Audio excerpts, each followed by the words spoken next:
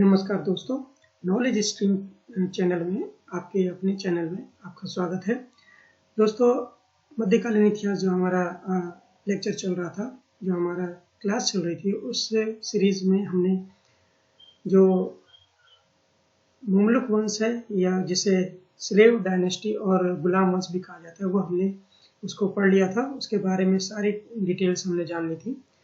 आज के इस लेक्चर में हम जो नया राजवंश जो है ना मुगलों और गुलाम वंश के बाद स्थापित हुआ था, खिलजी राजवंश, जिसका कार्यकाल 1290 से 1320 ईस्वी के मध्य था, उसके बारे में हम आज पढ़ेंगे और बहुत ही महीन जानकारियों के बारे में जानकारी प्राप्त करेंगे, जो कि एग्जामिनेशन पॉइंट ऑफ व्यू से बहुत जरूरी है। और ये एक कंपाइलेशन है और डिफरेंट सोर्सेज का, और इसमें सभी चीज़ों को नियत किया गया है आपके स्पेशल जो है ना एग्जामिनेशन प्रिपरेशन के लिए, और ये सभी एग्जाम्स के लिए बहुत ही ज़्यादा जरूरी, चूँकि मेडिवल हिस्ट्री जो है ना एक इम्पोर्टेंट पार्ट होता है हर एग्जाम में। और इस हर एग्जाम्स में जो है ना, चाहे वो लोअर क्लर्क से लेकर जो है ना यूपीएससी या यूपी पीसीएस, एमपी पीसीएस और बीपी पीसीएस के एग्जाम्स में जो है ना बहुत ही ज़्यादा क्वेश्चन पूछे जाते हैं, स्पेशली सल्तनत काल और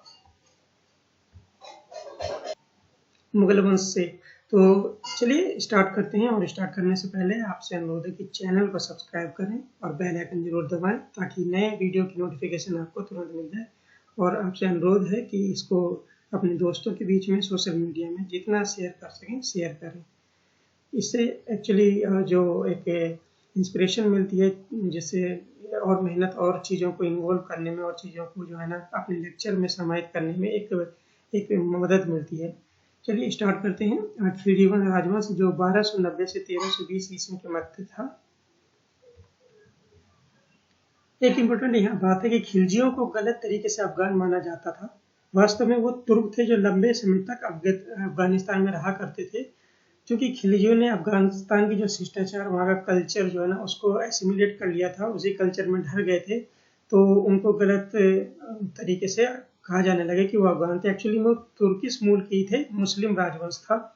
और जो तुर्क में जो है ना गजनी और गौरी का जो स्थापित हुआ था राजकाज, उसकी वजह से इनको जो है ना वहाँ से जो है ना अपना राजपाट छोड़कर भागना पड़ा था। तो गजनी और गौरी के आक्रमण ने और मध्य एशिया में जो मंगोल का दबाव था, उसकी वजह से खिलजी जो है ना भारत की तरफ, नॉर्थ वेस्टर्न जो भारत है उसकी तरफ जो है ना ये भागे थे अपनी जान बचाने के लिए, अपना राजकाज छोड़कर। खिलजी शब्द का जो उत्पत्ति है वर्ड की जो है ना, उसका एक पदनाम है बेसिकली। वो पदनाम का अर्थ जो है ना तुर्किश भाषा में क्या होता है, तलवारबाज। तुर्किश भाषा में तलवारबाज के लिए जो एक शब्द यूज इस्तेमाल किया जाता है वो है तलवारबाज। तो खिलजी का जो है ना उपनाम तलवारबाज ही है, जो कि एग्जामिनेशन में पूछा जा सकता है, बहुत ही ज़्यादा चांसेस। जलालुद्दीन खिलजी जो है ना एक जो शासक था, उसी ने सबसे पहले जो है ना खिलजी राजवंश की स्थापना की थी, जलालुद्दीन खिलजी ने। और शासक बनने के बाद जो जलालुद्दीन खिलजी था वो बहुत ही पायस था, और उसने शांति की जो प्रथा है, शांति की जो व्यवस्था है, उसको पालन किया, और बिना खून खराबे के वो राज करना चाहता था।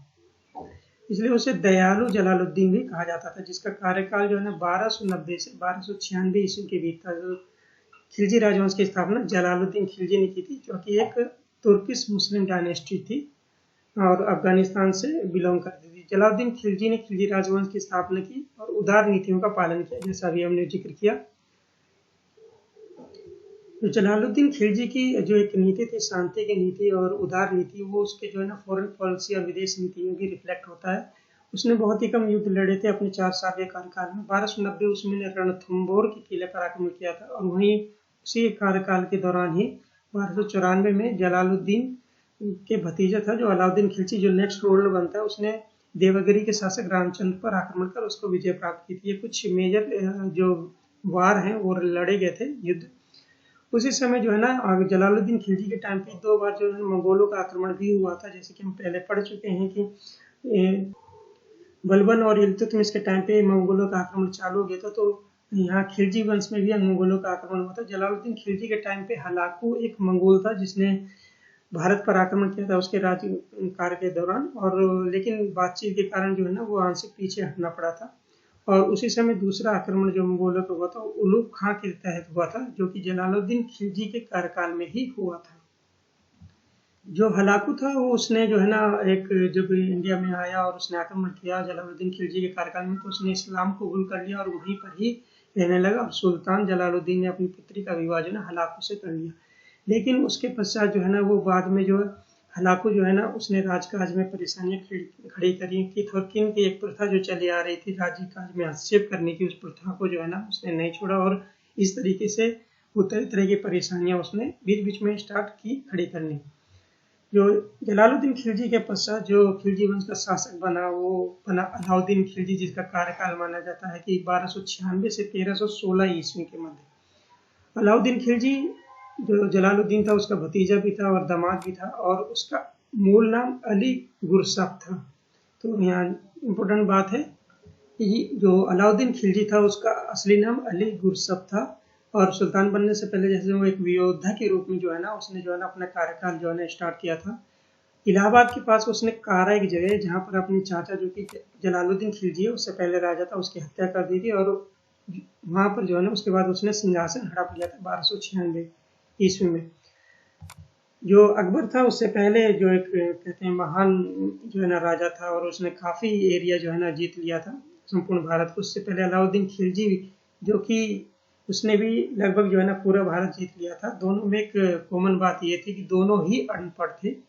यहाँ पर एक इम्पोर्टेंट बात है नोट करने की, और वह इतना अनपढ़ था जैसे अकबर था कि अपना नाम भी नहीं पढ़ सकता था। वह दिल्ली का पहला तुर्की सुल्तान था जिसने राजनीति को धर्म से अलग किया। तो ये एक इम्पोर्टेंट बात है कि अलाउद्दीन खिलजी के बारे में। अलाउद्दीन खिलजी जो ना इतिहास में काफी फेमस है एग्जामिनेशन पॉइंट ऑफ व्यू से, और नए नए सुधार और नए नए जो पॉलिसीज होती हैं उनका जो है ना इम्प्लीमेंट किया। और आगे चल के हम पढ़ेंगे कि उन्होंने सैनिक से लेकर जो है ना एडमिनिस्ट्रेशन से लेकर कई सुधार किए जो आज भी जो है ना जाने जाते हैं उन सुधारों के लिए। तो यहाँ पर हमने एक बात जानी, जो पहला तुर्की सुल्तान था जो राजनीति को धर्म से अलग किया वो था अलाउद्दीन खिलजी। उसने घोषणा की थी कि बादशाहत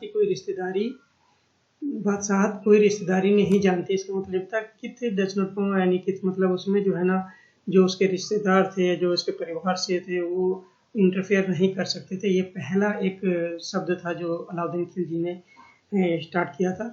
अलाउद्दीन खिलजी ने अपना साम्राज्य का विस्तार किया और बहुत ही मतलब वॉयलेंट तरीके से जो है ना विस्तार किया। सबसे पहले जो है ना गुजरात को उसने जीता जैसे ही वो अपना शासक बना, और गुजरात को 1298 ईस्वी में जीता। उसके पश्चात रणथंभौर को 1301 ईस्वी में,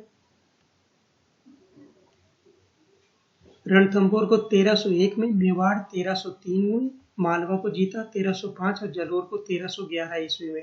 इस तरीके से जैसे ही वो 1296 ईस्वी में गद्दी पर बैठा उसने जो है ना अपने आसपास के जो एरिया थे उनको जीतना स्टार्ट किया, और गुजरात 1298 में जीता, रणथंभौर को 1301 में, मेवाड़ को 1303, मालवा को 1305 में जीता, जलोर को 1311 में जीता।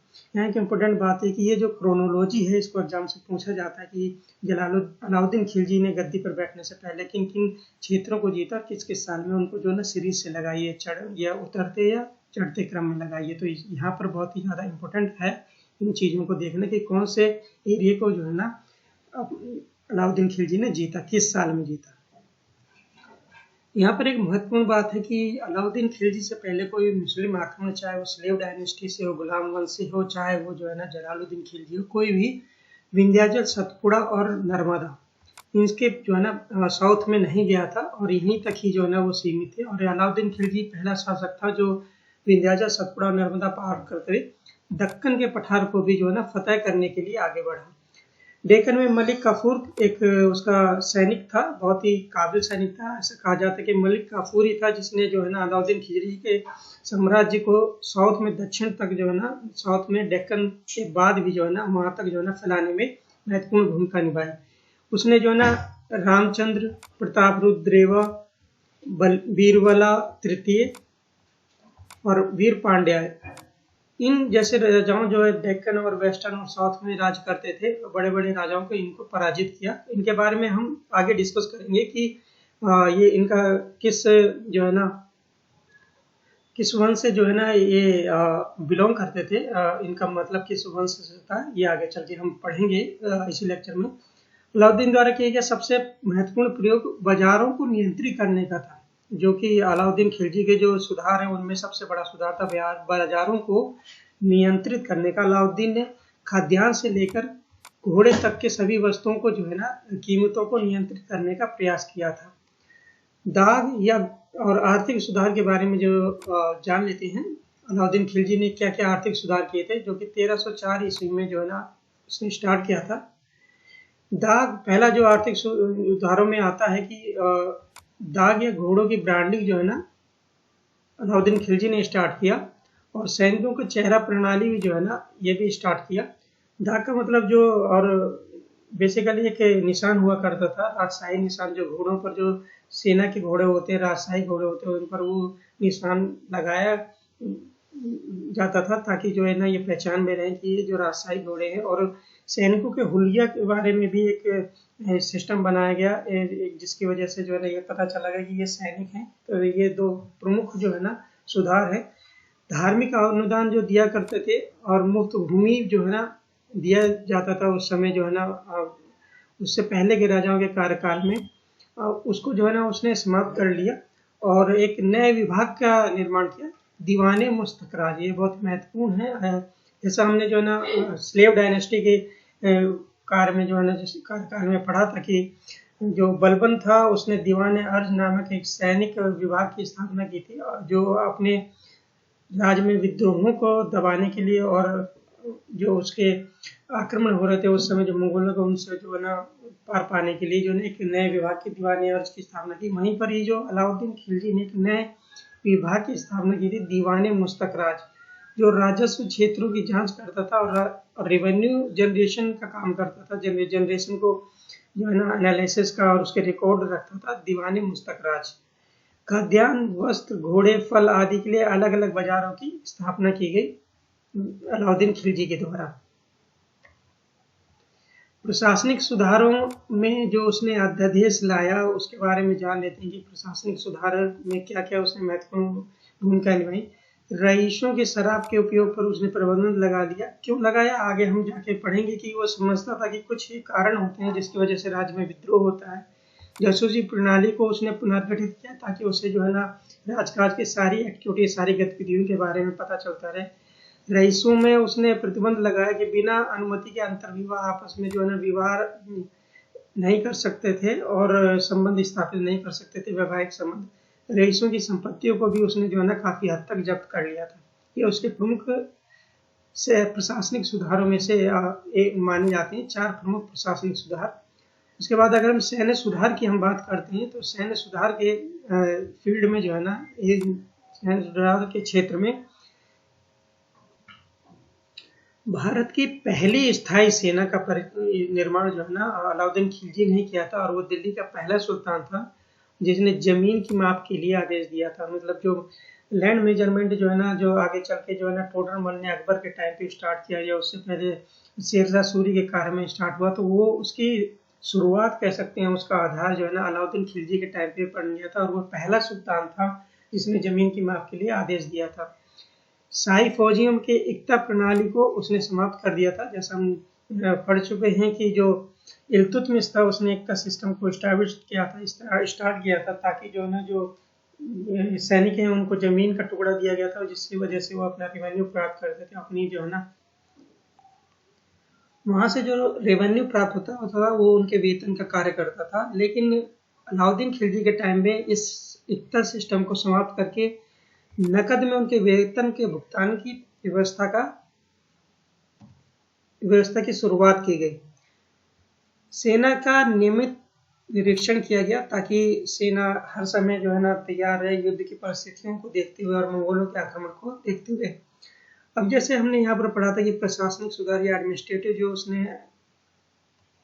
रिफॉर्म किए थे उनका प्रमुख उद्देश्य क्या था, जो रसूखदार थे उनको नियंत्रित करने के लिए वो नियम बनाए थे। उसका ये मत था कि रईसों की सामान्य समृद्धि एक जो है ना कारण हो सकता है राज्य के प्रति विद्रोह का। दूसरा कारण हो सकता है रईसों के परिवारों के बीच अंतर्विवाह, जो नोबेल हुआ करते थे उनके जो इंटर मैरिज प्रथाएं थी, आपस में जो संबंध थे, वो संबंध भी जो है ना राज्य के अगेंस्ट जो है ना विद्रोह का कारण बन सकते थे। तीसरा वो समझता था कि जो जासूसी प्रणाली स्पाई सिस्टम है वो इन एफिशिएंट है, अक्षम है, उसकी वजह से भी जो है ना विद्रोह हो सकते थे। और शराब एक महत्वपूर्ण चीज मानता था जिसकी वजह से जो है ना विद्रोह हो सकता था राज के अगेंस्ट, राज के खिलाफ। इसलिए उसने 4 अध्यादेश पारित किए। बेसिकली इन 4 अध्यादेश में उसने जो है ना इन 4 चीजों को समाहित किया ताकि राज्य के खिलाफ जो है ना विद्रोह ना हो सके और राज्य में शांति बने रहे। पहला अध्यादेश उन्हें रसूखदारों की संपत्तियां जब्त कर ली और उसके पश्चात दूसरा अध्यादेश में खुफिया तंत्र को पुनर्गठित किया, उसको मजबूत किया, और ताकि जो रसूखदार थे, नोबल थे वहां पर, उनको जो है ना सारी गतिविधियों के बारे में सुल्तान को तुरंत सूचना मिलती रहे। तो ये 2 अध्यादेश। तीसरे अध्यादेश में उसने शराब और नशीले पदार्थों को सरेआम बिक्री जो हुआ करती थी ओपन मार्केट में, उसको उसने समाप्त कर दिया। और चौथे अध्यादेश में ये बताया कि सुल्तान की अनुमति के बिना जो भी सामाजिक समारोह या उत्सव नहीं मनाया जा सकता जो है ना उसके राज्य में। इन कठोर उपायों से उसके शासनकाल में विद्रोह नहीं हो सके और ये उसका प्रमुख उद्देश्य था इन 4 अध्यादेशों को पारित करने का। अलाउद्दीन खिलजी ने एक बड़ी स्थायी सेना को बनाया जैसा कि हम जानते हैं, और उनको नकद में जो है उनका वेतन का भुगतान करता था शाही खजाने से। यहाँ पर एक जो लेखक हुआ करते थे उस समय जो है ना अलाउद्दीन खिलजी के टाइम में, फरिश्ता, उनके मुताबिक 4,75,000 घुड़सवारों की भर्ती केवल की थी, जिसमें पैदल अलग हो गए, हाथी के सैनिक अलग होंगे, और इस तरीके से जो है ना उसने एक बड़ी सेना बनाई थी। जैसे हमने पीछे पढ़ा है उसमें दाग से प्रथा के प्रणाली के मतलब घोड़ों को ब्रांडिंग दी गई, ठप्पा लगाया गया ताकि ये शाही घोड़े हैं, और हुलिया प्रथा जिसमें सैनिकों का वर्णात्मक सूची तैयार की कि कोई सैनिक जो है ना उसके शरीर में निशान कैसा, उसका चेहरा कैसा है, उसका रंग ढंग कैसा है, ये सारी चीजें जो है ना हुलिया और दाग सिस्टम, दाग प्रथा जो है ना एक सिस्टम को तैयार किया गया ताकि जो है ना ये पता चलता रहे कि ये शाही परिवार से संबंधित है। अधिकतम दक्षता सुनिश्चित करने के लिए समय समय पर वो सेना की सख्त समीक्षा करता था। वो फ्रीक्वेंट जो है ना विजिट करता था अपने जो है ना सैनिक के एरिया में, ताकि जो है ना ये पता चलता रहे कि वो सैनिक उनके तत्पर हैं और युद्ध के लिए तैयार हैं कि नहीं है। सैनिक को नकद वेतन की शुरुआत के कारण जो है ना उसने जो है ना सैनिकों को जो नगद में वेतन दिया करता था उनके मूल्य के निर्धारण और विनियमन में से रेगुलेशन के लिए उसने सबसे पहले ध्यान केंद्रित किया बाजार में सुधार करना। तो अलाउद्दीन खिलजी ने 4 अलग अलग दिल्ली में बाजारों का निर्माण किया, और उन बाजार में से एक बाजार अनाज के लिए, दूसरे बाजार में कपड़े, चीनी, सूखे फल, मक्खन, तेल, इनके लिए बाजार का निर्माण किया। तीसरे बाजार में वो घोड़े, दासों और मवेशियों यानी कैटल्स के लिए एक अलग से बाजार था, और जो बाकी फ्रीक्वेंट और अदर कम्युनिटी बनी विविध वस्तुओं के लिए उसके लिए एक बाजार था। इस तरीके से उसने जो है ना अपने राज्य में 4 बाजारों का जो है ना गठन किया दिल्ली में बेसिकली। इस बाजार को सहानाय मंडी एक अधिकारी हुआ करता था, उच्च अधिकारी, उसके नियंत्रण में रखा गया। तो जो 4 बाजार थे उसको जो नियंत्रण में, जिसके अधिकारी के नियंत्रण में रखा गया उसका नाम था सहानाय मंडी। ये बहुत ही इंपॉर्टेंट है कि क्वेश्चन आता है कि सहानाय मंडी कौन था। तो ये अलाउद्दीन खिलजी के टाइम पे जो बाजारों पर नियंत्रण रखता था वो अधिकारी था।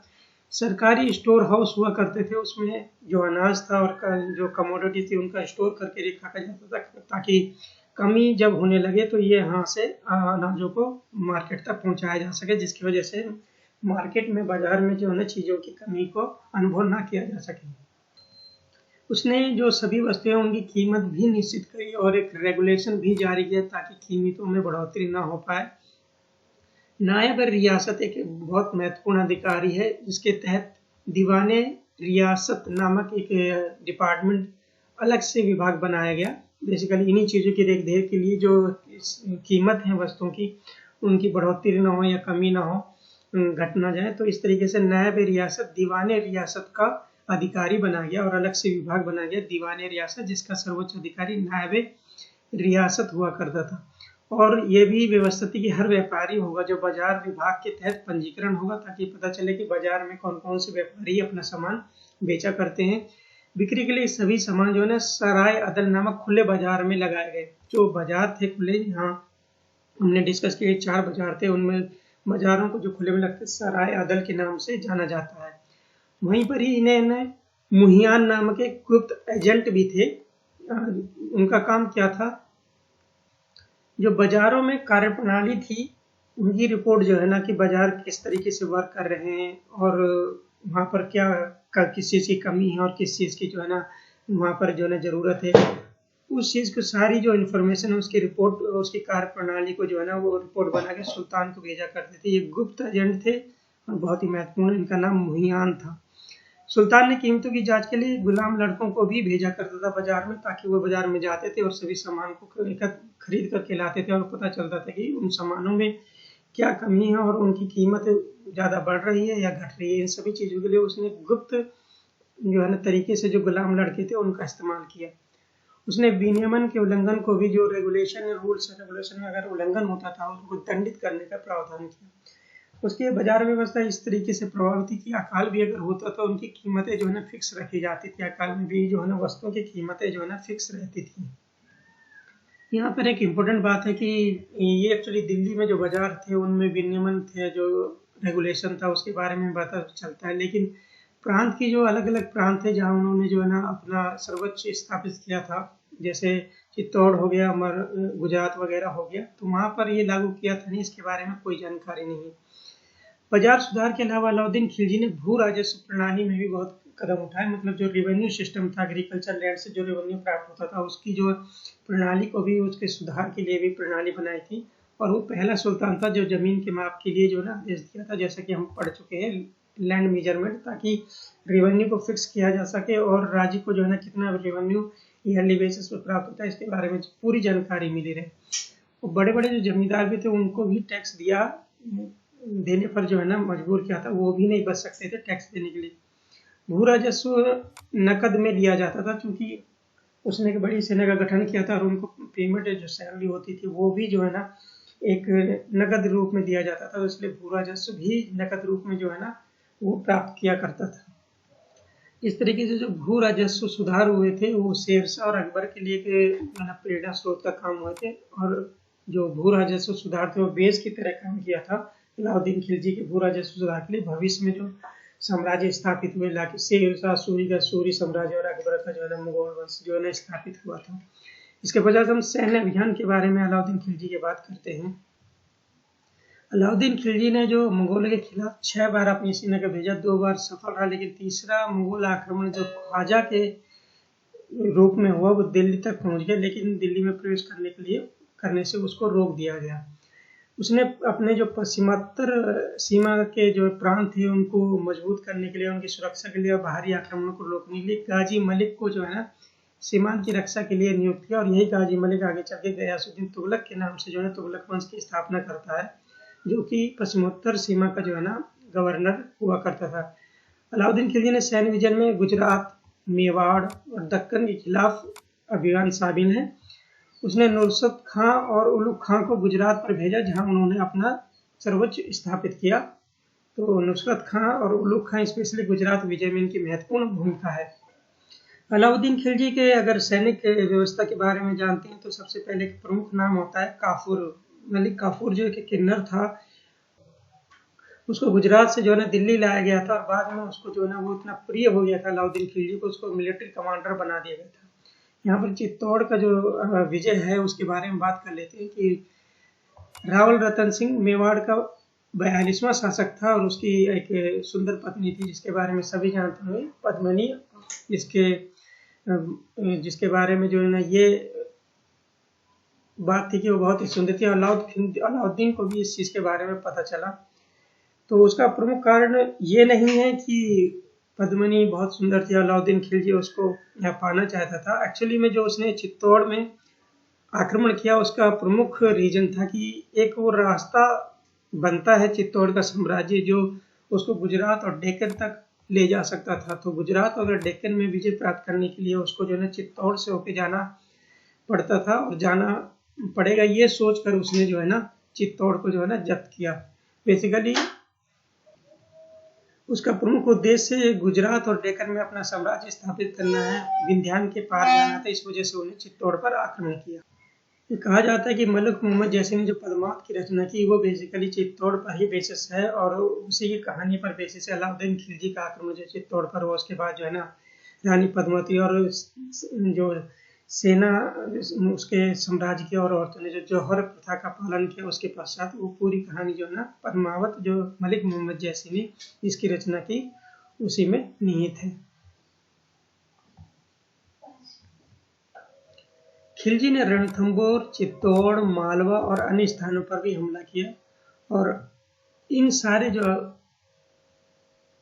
राज्यों पर आक्रमण हुआ और जो अलाउद्दीन खिलजी ने यहाँ पर आक्रमण किया और अलाउद्दीन खिलजी ने जीत हासिल की, उसके साथ जो है ना एक जाना जाता है कि अमीर खुसरो जो है ना उनके राज में जो एक लेखक हुआ करते थे, बहुत बड़े कवि थे, वो उनके साथ हमेशा रहे थे। इन सब राज्यों में आक्रमण के दौरान और विजय प्राप्त करने के दौरान उनकी एक प्रमुख पुस्तक है खजाइन फतूह, जिसे हिंदी में जीत के खजाने के नाम से भी जाना जाता है।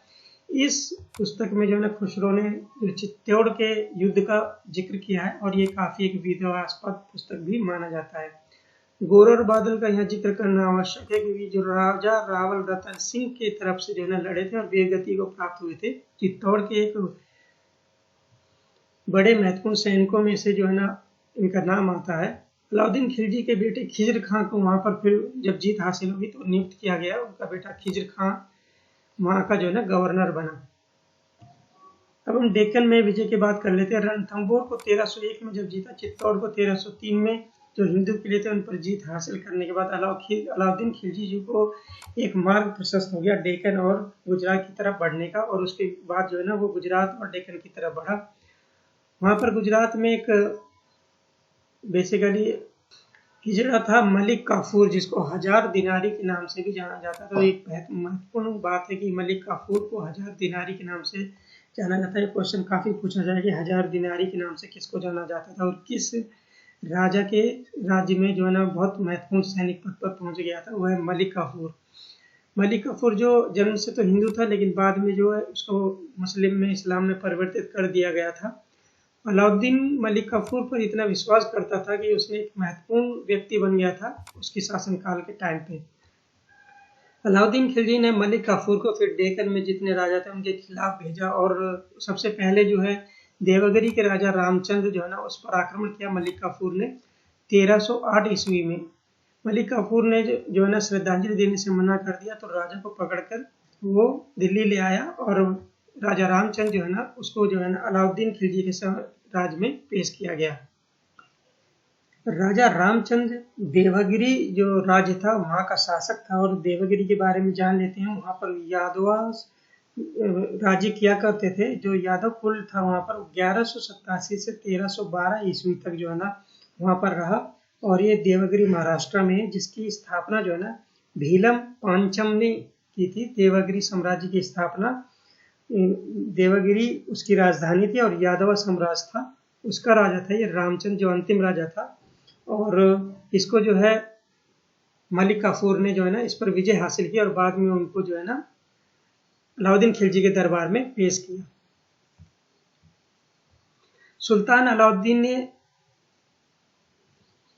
राजा रामचंद्र के साथ बहुत ही सम्मानपूर्वक व्यवहार किया और उसको एक उपाधि दी, रायन की उपाधि, मीन्स राजाओं का राजा। तो ये क्वेश्चन पूछा जाता है कि रामचंद्र जो राजा था देवगिरी जिसकी कैपिटल थी और यादव वंश का था, उसको जो है ना राजा रायन की उपाधि किसने दी थी? अलाउद्दीन खिलजी ने दी थी।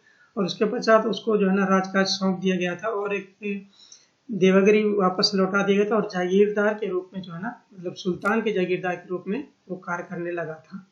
इसके पश्चात मलिक काफूर ने जो वारंगल की तरफ मुंह किया। वारंगल एक राजधानी थी, किसकी थी? काकतीय वंश की। जो काकतीय राजवंश था वो राज करता था आंध्र प्रदेश में और उसकी राजधानी थी वारंगल। काकतीय जो साम्राज्य था वो 1110 से 1326 ईस्वी के मध्य था और उसकी स्थापना सबसे पहले पोला राजा सेकंड ने की थी। ये बहुत महत्वपूर्ण क्वेश्चन है कि काकतीय राजवंश की स्थापना किसने की? पोला राजा सेकंड ने। उनका राज्य था 1110 से 1326 ईस्वी के मध्य और वारंगल उनकी राजधानी थी। वहीं का राजा था प्रताप रुद्रदेव, जिसने कोहिनूर हीरा जो है प्रसिद्ध है, सभी जानते होंगे, उसको जो है ना मलिक काफूर को भेंट किया और बाद में अलाउद्दीन खिलजी को उसने प्रदान किया। जो अगला अभियान था मलिक काफूर का वीर बलालत तृतीय के खिलाफ था, वो होयसाला वंश का राजा था। होयसाला के बारे में जान लेते हैं, जिसका राज्य का ड्यूरेशन था 1173 से 1342 ईस्वी के मध्य और द्वार समुद्र उनकी राजधानी थी। कर्नाटका में ये राज्य था होयसाला वंश और इसकी जो स्थापना की थी वितिक देव ने इसकी स्थापना की थी होयसाला वंश की। उसी का ही राजा था वीर बलाला तृतीय, जिस पर जो है ना उसके पश्चात मलिक काफूर ने आक्रमण किया। इसके पश्चात जो अभियान आता है मलिक काफूर का, जो चौथा अभियान आता है वो आता है वीर पांड्या के विरुद्ध, जो पांड्या रूलर था मदुरई का, और उसने भी उस पर जीत हासिल की। तो इस तरीके से जो 4 अभियान मलिक काफूर ने डेक्कन में और वेस्ट में किए थे, उसका एक क्रोनोलॉजी बहुत पूछी जाती है एग्जाम्स में, और हमेशा आप देखेंगे कि क्रोनोलॉजी पूछी जाती है कि सबसे पहले उसने यादवा रूलर था देवागिरी का राजा रामचंद्र, उसको हराया। उसके पश्चात सेकंड नंबर पे प्रताप रुद्रेवा जो काकतीय रूलर था वारंगल का, उसको हराया। उसके पश्चात 3 नंबर पे वीर बलाला थर्ड जो होयसाला रूलर था द्वार समुद्र कर्नाटका जिसकी राजधानी थी, उसको हराया। और लास्ट में चौथा जो राजा था वो वीर पांड्या जो पांड्या रूलर और मदुरई का जो रूलर था वीर पांड्या, उसको हराया। इस तरीके से ये जो डेक्कन में अलाउद्दीन खिलजी का साम्राज्य विस्तार था मलिक काफूर ने पूरा किया। अलाउद्दीन एक अनपढ़ और बुरे स्वभाव वाला जिद्दी और कठोर इंसान था जो कभी भी विद्वानों के संपर्क में नहीं आया, लेकिन वो अपार सफलता के बाद जो है ना उसने अपनी जो कुछ उसकी इच्छाएं थी उनको संजो कर रखा। सबसे पहले इच्छा उसकी ये थी कि हजरत मोहम्मद की नकल करना चाहता था, जिन्होंने इस्लाम धर्म के पैगंबर थे और स्थापना की थी। उन्होंने नया धर्म स्थापित करने की कोशिश की हजरत मोहम्मद की तरह, और पूरे विश्व को, दूसरी उसकी इच्छा थी पूरी विश्व को अपने वश में करने की और दूसरा सिकंदर बनने की। और उसने मुसलमानों को नमाज में अपना नाम भी लेने के लिए आदेश दिया था, और सिक्कों पर दूसरा सिकंदर ये इंग्रेव कराया था, उत्कीर्ण कराया था सिक्कों पर। उसकी पॉलिसी अगर हिंदुओं के प्रति देखते हैं तो एक कठोर पॉलिसी जिसमें जिजिया, चारण कर, मतलब जो ग्रेजिंग टेस्ट हुआ करता था, टैक्स, घास को चराई का टैक्स और हाउस टैक्स वगैरह भी लगाया था। ये उसको हिंदू के प्रति कुछ कठोर नीति थी। अलाउद्दीन का निधन 1316 ईस्वी में हो गया था। हालांकि सुल्तान अनपढ़ था जैसे हम जानते हैं, लेकिन उसने अमीर खुसरो और अमीर हसन जैसे कवियों को संरक्षण दिया था अपने राज्य में, क्योंकि एक इतिहास में बहुत नाम रखते हैं अमीर खुसरो, अमीर हुसैन। अमीर खुसरो की एक महत्वपूर्ण पुस्तक है तारिख ए इलाही, एक महत्वपूर्ण पुस्तक है जो एग्जाम्स में बहुत पूछी जाती है। अगर हम उसके आर्किटेक्चर और कंस्ट्रक्शन की बात करते हैं, सबसे पहले कि उसने प्रसिद्ध द्वार बनाया अलाई दरवाजा के नाम से 1311 ईस्वी में।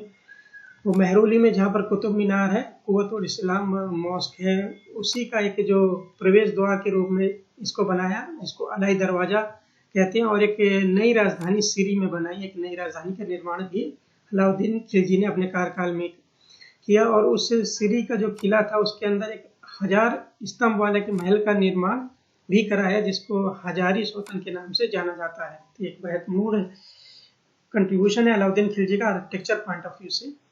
अलाई मीनार का निर्माण जो है ना अलाउद्दीन खिलजी ने स्टार्ट किया। अलाई मीनार बेसिकली वो जो कुतुबुद्दीन ऐबक उसके बाद इल्तुतमिश ने जिस मीनार का निर्माण पूरा किया, कुतुब मीनार के नाम से जाना जाता है, उसी मीनार का एक प्रतिरूप बनाना चाहता था अलाई मीनार। बेसिकली उसके दुगने आकार का बनाना चाहता, लेकिन अल्टीमेटली वो केवल एक ही मंजिल का निर्माण करा सका और उसके पश्चात ही उसके दौरान ही उसकी मृत्यु हो गई।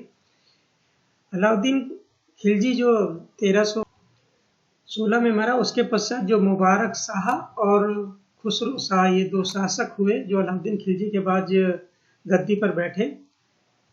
इनका कार्यकाल बहुत ही छोटा था। हम जान लेते हैं कि अलाउद्दीन खिलजी के बाद सबसे पहले शिहाबुद्दीन उमर नामक शासक जो है ना गद्दी पर बैठा 1316 ईस्वी में। उसके बाद मुबारक खां गद्दी पर बैठा, जिसका कार्यकाल 1316 से 1320 ईस्वी तक था। मलिक काफूर की जो मृत्यु हुई 1316 में मृत्यु हुई थी, उसके बाद मुबारक खां एक नोबेल हुआ करता था, उसको जो है ना जेल में बंद था, उसको मुक्त किया गया और शिहाबुद्दीन का रीजेंट नियुक्त किया। शिहाबुद्दीन जो अलाउद्दीन खिलजी के तुरंत बाद गद्दी पर बैठा 1316 ईस्वी में। लेकिन जैसे ही मुबारक खां को एक अवसर प्राप्त हुआ, उसने सबसे पहले जो शिहाबुद्दीन था उसको समाप्त करके गद्दी हथिया ली और खुद राजा बन गया। लेकिन वो 4 वर्षों तक ही शासन कर सका, और जो उसकी अय्याशी और दुर्गुण थे उसकी वजह से जो है ना वो अपनी जीवन शैली को नहीं छोड़ सका, और अल्टीमेटली 4 साल के बाद जो है ना उसको भी अपने पद से हाथ धोना पड़ा। वो अपने अय्याशी और दुर्गुणों में इतना डूब गया कि सेना और महल में जो है ना क्या एक्टिविटी हो रही है उसके संरक्षण के लिए अपने प्रेमी जो हसन था उसको नियुक्त कर दिया। और वो हसन ही है जो सारे राजकाज को देखा करता था। हसन ने सुल्तान के द्वारा खुसरो खान अलाउद्दीन के जनरल को खिताब दिया गया था। जो उसका प्रेमी था हसन, वो अलाउद्दीन खिलजी के टाइम पे बहुत एक स्टेटस उसका बहुत ज़्यादा था और वो बहुत ही अच्छी पोजीशन पे था और उसको खुसरो खां की उपाधि दी थी अलाउद्दीन खिलजी ने और एक जनरल की तरह कार्य किया करता था। कुछ ही महीनों के भीतर जो है ना खुसरो ने मुबारक खां को मार डाला। 4 साल के बाद खुसरो ने मुबारक खां की हत्या कर दी और उसके पश्चात 1320 ईस्वी के मध्य जो है ना वो खुद राजा बन गया और सिंहासन पर उसने कब्जा कर लिया। तो खुसरो खां का कार्यकाल बहुत ही सीमित था जो कि 1320 ईस्वी तक ही सीमित रहा। लेकिन खुसरो खां इस चीज़ से बहुत ही दुखी था कि वो एक्चुअली में हिंदू था और उसको कन्वर्ट किया गया था मुस्लिम में। जैसे ही वो सुल्तान बना उसने जो उसके हरम था उसमें सबकी हत्या कर दी, मतलब सामूहिक हत्या का आदेश दिया और सभी को जिंदा मार डाला। इस तरीके से खुसरो खां ने जो है ना अपने जो हिंदू धर्म परिवर्तित हुआ था मुस्लिम में उस हिंदू धर्म परिवर्तित का पूरे खिलजी वंश जो है ना उसको समाप्त करके उसका बदला लिया और इस तरीके से ये कहानी खत्म हुई खिलजी वंश की, जिसने खुसरो खां ने सारे खिलजी वंश को ही समाप्त कर दिया। और उसके पश्चात खुसरो खां को भी 1320 ईस्वी में गद्दी से हटाना पड़ा और उसको भी खत्म कर दिया गया, जिसने इस घटना को अंजाम दिया। जैसे हम पढ़ चुके हैं कि दीपालपुर का जो गवर्नर था दीपालपुर का गवर्नर गाजी मलिक जो गयासुद्दीन तुगलक के नाम से गद्दी पर बैठा, वो दीपालपुर के गवर्नर ने खुसरो खां की हत्या की और अंत में उस गद्दी पर अपना अधिकार कायम किया। खुसरो खां को दीपालपुर के गवर्नर गाजी मलिक ने उस वक्त मार डाला जब गाजी मलिक और उसके पुत्र फखरुद्दीन जैना, जो गाजी मलिक यानी गयासुद्दीन तुगलक के नाम से और फखरुद्दीन जैना जो आगे हम पढ़ेंगे कि मोहम्मद बिन तुगलक का असली नाम फखरुद्दीन जैना था, उसने विद्रोह किया था। और तो खुसरो खां उस विद्रोह को दबाने के लिए गया था और अंत में जो है उसको भी वहां पर मार दिया गया और दिल्ली में खिलजी वंश को समाप्त करके तुगलक वंश की स्थापना की और स्थापना की गाजी मलिक और जिसे हम गयासुद्दीन तुगलक के नाम से जानते हैं। इस तरीके से फ्रेंड्स जो अलाउद्दीन खिलजी या खिलजी वंश का जो कार्यकाल था और खिलजी वंश का जो साम्राज्य था उसके बारे में जाना, वहाँ पर कौन कौन सी नई गतिविधियां, नया सैनिक रिफॉर्म हुए, एडमिनिस्ट्रेटिव रिफॉर्म हुए, इन द मार्केट रिफॉर्म हुए, बाजार में जो प्रणाली आई, बाजार में जो चेंज किया गया, सैनिक व्यवस्था में जो चेंज आया और प्रशासनिक सुधारों में जो चेंज आया उसके बारे में हमने पढ़ा। नए से जो प्रयोग किए अलाउद्दीन खिलजी ने स्पेशली बाजार को नियंत्रित करने के लिए, उसके पश्चात जो साम्राज्य के प्रति विद्रोह न हो उसकी वजह से जो 4 मेनली अध्यादेश आए इसके बारे में पढ़ा। और जो अलाउद्दीन खिलजी के जो सैन्य विस्तार के कदम थे और किन किन राजाओं को उसने जीता और कौन कौन से राज्य में आक्रमण किया उनका क्रोनोलॉजी के बारे में पढ़ा। और जो आर्किटेक्चर है, आर्किटेक्चर निर्माण में अलाउद्दीन खिलजी का महत्वपूर्ण योगदान, उसके बारे में हमने पढ़ा। इस तरीके से ये पूरा कंपाइलेशन था खिलजी वंश का और डिफरेंट सोर्सेज से ये कंपाइलेशन था और एग्जामिनेशन पॉइंट ऑफ व्यू से बहुत महत्वपूर्ण था। तो आज का लेक्चर यहीं समाप्त करते हैं। नेक्स्ट लेक्चर में हम तुगलक वंश के बारे में जानेंगे और तुगलक वंश में कौन कौन से राजा उसके बारे में जानेंगे। चलते आपसे अनुरोध है कि चैनल को सब्सक्राइब करें, शेयर करें दोस्तों के बीच में और नोटिफिकेशन के लिए बेल आइकन को जरूर दबाएं। तो यहीं पर ही आज का लेक्चर समाप्त करते हैं। आपका बहुत बहुत धन्यवाद।